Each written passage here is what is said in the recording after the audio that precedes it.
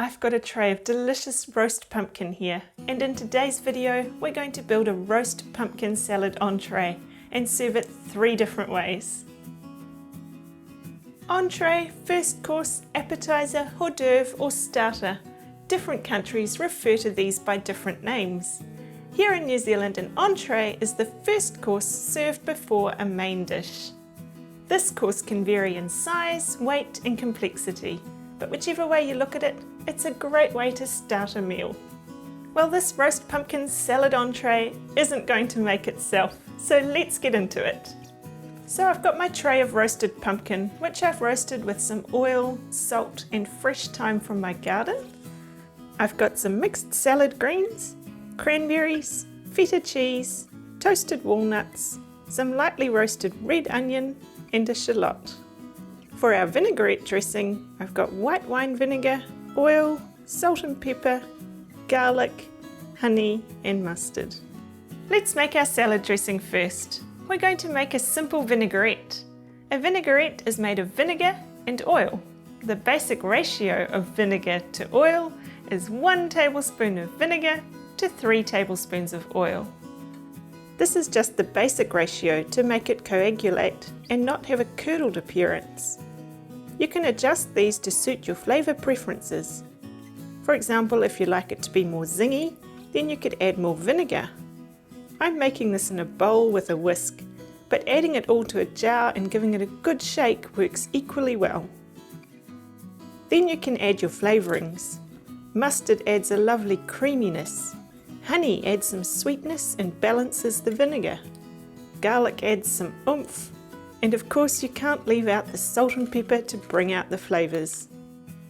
Once you've mastered a basic vinaigrette, you can start to experiment using different vinegars and oils, or change the mustard for a sweet chilli sauce, swap out the honey for a golden syrup, add fresh herbs and so on. All these things will vary the flavour and make your dressing suitable for a large variety of different salads. You can make up a jar of vinaigrette and keep it in the fridge for about a week, or you could make up some each time you need it. Once you start making homemade vinaigrette, you won't go back to the bought ones. You'll have a dressing that tastes infinitely better. Now that our dressing is made, let's fry our shallots. A shallot is similar to an onion and can easily be interchanged. I like shallots for garnishing because they're a smaller size. They're also sweeter than brown onions and have a little less punch. Frying the shallots adds a crisp and crunchy component to our entree. Having different textures in a dish adds to the overall flavour, eating experience and look of a plate. So for our entree salad today, these shallots will be a perfect little crunchy component. They won't take too long to fry. Take them out as soon as they start browning, otherwise you'll overdo them before you know it. I like to drain them on a piece of paper towel to soak up the excess oil. All our components are ready, so now we can dress and plate up our first option.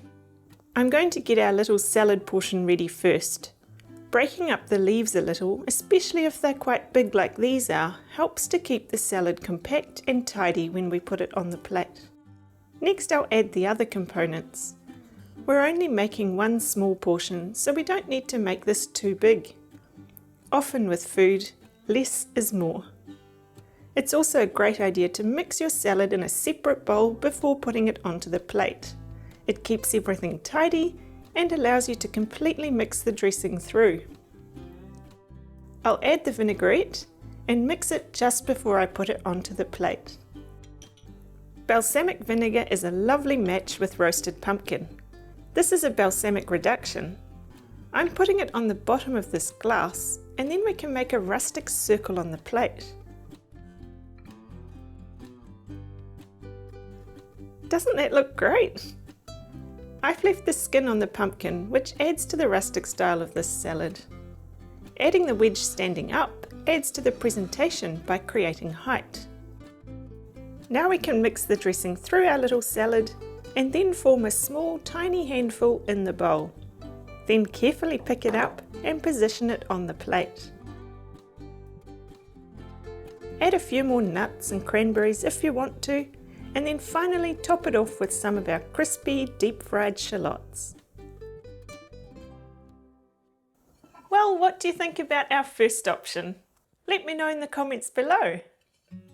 By the way, I'm Taryn, welcome. I love making food fun, delicious and visually appealing. On this channel, I like sharing my tips and I hope you enjoy them and can benefit from them yourself. On to option number 2. This option is very simple. It's probably the simplest way of putting together a salad, but with a few tips, it can add to the overall presentation. I've put some of all our salad components into the bowl, just not the crispy onions because they'll go on the top. Then we dress it with our vinaigrette dressing and lightly mix it all together. Remember, an entree is only a starter, so you don't want it to be too big. It's just a little portion to get your taste buds ready for the meal. I've sort of bunched it up in here in the bowl so I can just pick it up and pop it on the plate. I'm not squashing it down, but leaving it in a nice mound for height. Then I'll add a bit more of the feta on top because the colour stands out. And lastly, I'll put some of our walnuts and crispy fried shallots on top to finish the dish. Did you know that the fat or oily component in a salad dressing is essential for our bodies to absorb the nutrients in the salad? It also makes a salad more interesting and delicious to eat. This salad could be used as a side salad for a main dish too. This is a very simple plating option, but notice how the careful placing of the feta and crunchy shallots completes it as a dish. On to our last option, a moulded salad. This option is very similar to the last one, but I'm not adding in the leafy greens. I only want the pumpkin, red onions, a few cranberries, walnuts, and a bit of the feta. Then we'll dress it with a tiny amount of our dressing. This is important because we don't want the dressing leaking out onto the plate, but we want enough to bind the salad together and to add some flavour. Now we can get our plate ready. I'll pop a couple of lines of our balsamic reduction onto the plate. Then we can put our mould into position and carefully spoon the pumpkin in. Give it a good push down when you're about half full to make the base sturdy. Then top it up and push down again. It's time to take the mould off. And there we have it, a moulded cylindrical salad. To finish this one off, I'll add some leafy greens. I'm being picky, I don't want the massive leaves. I want the small ones that will form a tiny bundle. Don't forget to give them a light dash of vinaigrette. Carefully form a little bundle and place it on top of the pumpkin. Check out the contrast between the balsamic glaze and the white plate. All it needs to finish it off is a little sprinkle of feta and our crunchy shallots. Here's our completed salad. That was hardly any more effort than the option before, yet having it moulded makes it look so much more sophisticated. These simple plating tips will really enhance your food presentation. If you're looking for some more ideas, why not check out my video on making and presenting mashed potatoes. See you over there. Happy salading!